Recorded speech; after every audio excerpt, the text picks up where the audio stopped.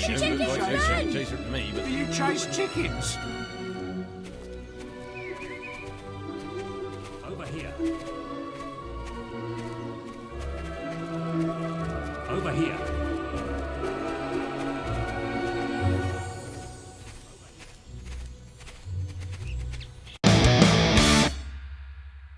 Fable is a franchise that is currently in a bit of a weird place amongst the rest of the well-known Microsoft exclusive properties that still resonate with the Xbox fanbase. Whereas games like Gears, Halo, Forza, etc. have had a good amount of support behind them from Xbox game studios and have largely gone on to define Microsoft's first-party output during the Xbox One era, Fable has kind of been left out of it for the most part. A big part of this has to do with the very sudden cancellation of Fable Legends and the closure of Lionhead Studios in 2016. This abrupt end to the studio kind of left the IP dangling in the ether for years, until recently when rumors started floating around that the Microsoft-owned studio Playground Games was working on a new Fable game. With the big Xbox Game Conference set to take place just a week from now, I thought it would be a good idea to sit down and try a version of the game that started it all back in 2004. My own experience with the Fable franchise is rather limited. I remember getting Fable 2 for Christmas one year when I was in high school and giving it a go. If memory serves me correctly, I thought the combat mechanics were pretty good and it had a pretty engaging story, but I fell off due to being more interested in Gears of War 2 and also being in the midst of applying to colleges. To my recollection, I never finished the game and never tried out Fable 3, nor did I feel the need to go back and try the original game.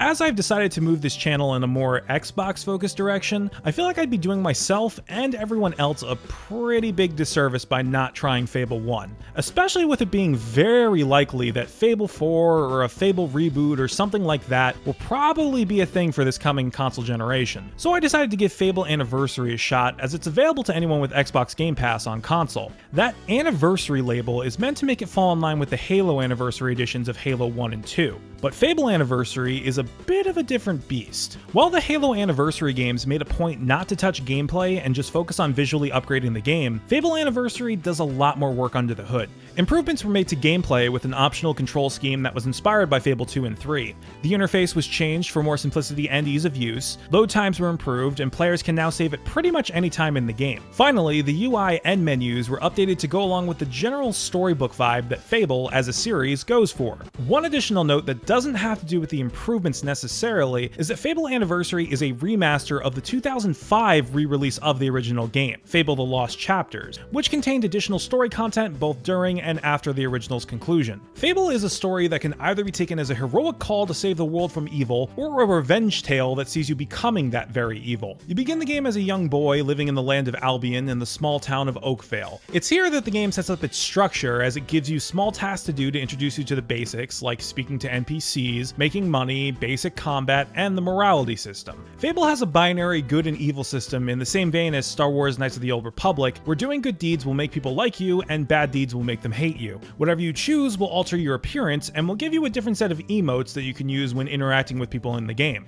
After your home is raided by a vicious group of bandits that seemingly claim the lives of everyone in the village, including your family, you're rescued by Maze, a mage that is a member of the Heroes Guild. Maze, sensing your potential, brings you back to the guild to begin a lifetime of training. After some additional training in the finer points of combat, you emerge from the Heroes Guild as an adult ready to take on Albion. You're granted access to a quest board, which serves as your primary mission hub for the game. While some quests directly progress the main story, you can do side quests to gain some extra money and experience. They even have different versions of the same quest depending on your morality, so for example, you can take a quest that has you rescuing a group of merchants from bandits, or you can take a different version of that quest that has you basically being the bandit and killing a bunch of merchants. I'm Mr. Paragon in these types of games, so I always did the good thing when I could help it. There are also boasts which act as modifiers for the quest, which have the player completing the quest under certain conditions like not wearing any armor, not taking any damage, etc. This adds a fun bit of challenge to a quest and doesn't result in a fail state or anything if you don't do them, you just don't get the extra reward.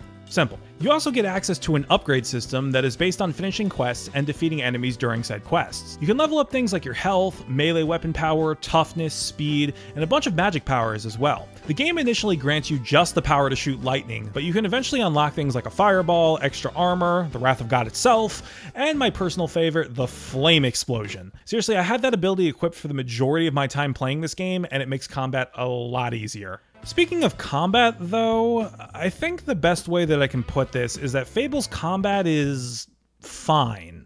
You have a button for melee strike, ranged weapon fire, your magic ability, and a block that shares its button with the dodge roll. You're encouraged to wait for an enemy to strike, block, and then attack, but I was impatient and just attacked over and over again. If the enemy's guard couldn't be broken, then I just used a flame explosion spell to knock them down, and then hit them until they guarded again, and then just repeated the process. It's not necessarily how the game wants you to play, but I found it to be effective enough. The basic foundation is solid enough, but my issues are in its overall execution.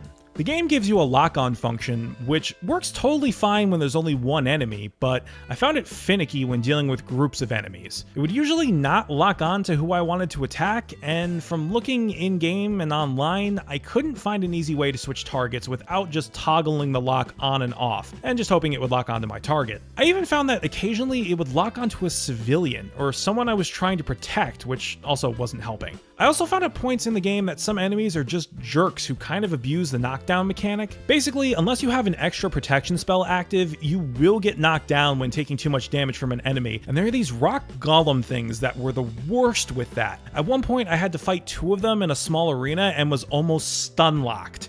Luckily, the invulnerability period when getting back up was enough to get a few hits in to slowly whittle down one of them to stop the constant barrage of giant rocks coming at me. The game even seems to acknowledge this issue, as it is very easy to stock up on tons of potions for both your health and magic bars for not a lot of money. I don't think I ever ran out of these, except for one section that I won't spoil where you lose your gear temporarily. Basically, you will run into problems like what I mentioned with the rock golems, but as long as you keep yourself stocked on food and potions, you won't die. Finally, I almost never saw a need to use the ranged weapons. You get an option of a bow or a crossbow, and neither really became necessary until a few boss fights later in game. I would mostly use my melee weapon for the close-up enemies, and would use lightning if the enemy got away from me or was too tough to get close to. The ranged weapon can take a while to prepare to properly shoot, with the player needing to hold down the Y button for a little bit while the hero slowly draws back the arrow. The lock-on issue is present here as well, but the game does try to remedy that with a manual targeting system that causes you to stand completely still and make you wide open for attacks.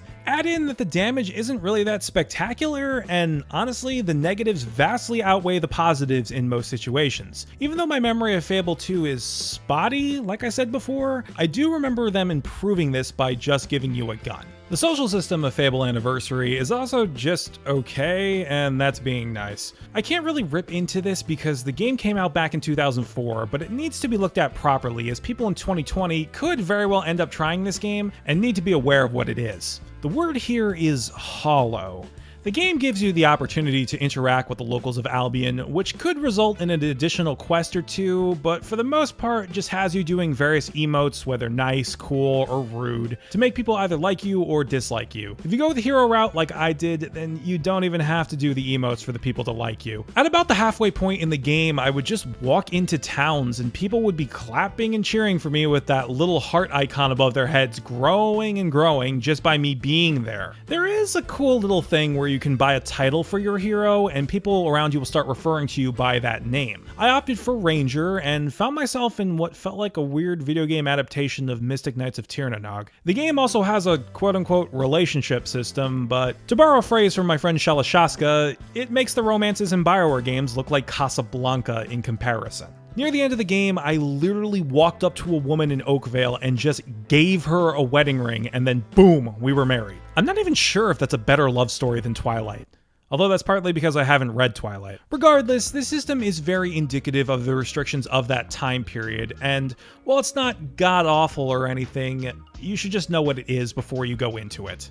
Despite its age, though, Fable really does have a certain charm to it. The general aesthetic of the game really does evoke a tale from a storybook, with vibrant colors and somewhat exaggerated character design. The soundtrack is full of thematic orchestrals that blend perfectly with the game, and the audio quality overall is solid. Fable really does a good job of getting the player's attention. I just wish I could say the same for the story. No spoilers here, but suffice to say that Fable's main narrative is pretty standard. For those of you who haven't seen my Star Wars The Old Republic video, I'll just say that I'm not in love with Chosen One narratives, and Fable is very much a story about being the Chosen One. Add on top of that the story resolves plot points rather quickly and just feels off with its pacing, and we have something that isn't terrible, but isn't that memorable either. Honestly, I feel like by the time my next video comes out that I will have forgotten this story completely. The additions from the Lost Chapters do help make it a little more engaging, but still, I wasn't really enthralled. Finally, your mileage may vary depending on how many side quests you end up doing, but Fable Anniversary is fairly short. I made a relative beeline through the game, stopping to do the occasional side quest, and rolled credits at about 12 hours in. Granted, that could be a plus for some and a minus for others, so don't take it as a negative necessarily, but instead just something to be aware of. Plus, you are free to roam the game and do whatever you want after the credits, so there is potential for more playtime there as well. While I can say that I'm excited to hear more about this heavily rumored new Fable game coming from Playground Games, I didn't find Fable Anniversary to be all that fantastic. It's a decent game, don't get me wrong, but it does show a lot of signs of age even with the Anniversary treatment. If you want to check it out for yourself, Fable Anniversary is currently available on Xbox 360 and Xbox One via backwards compatibility, and is part of Xbox Game Pass. You can also pick it up on Steam. What do you think though? Let me know in the comments. Also, if you like this video, then please give it a like, and for more Xbox content, please subscribe. Thanks for watching and happy gaming. Later.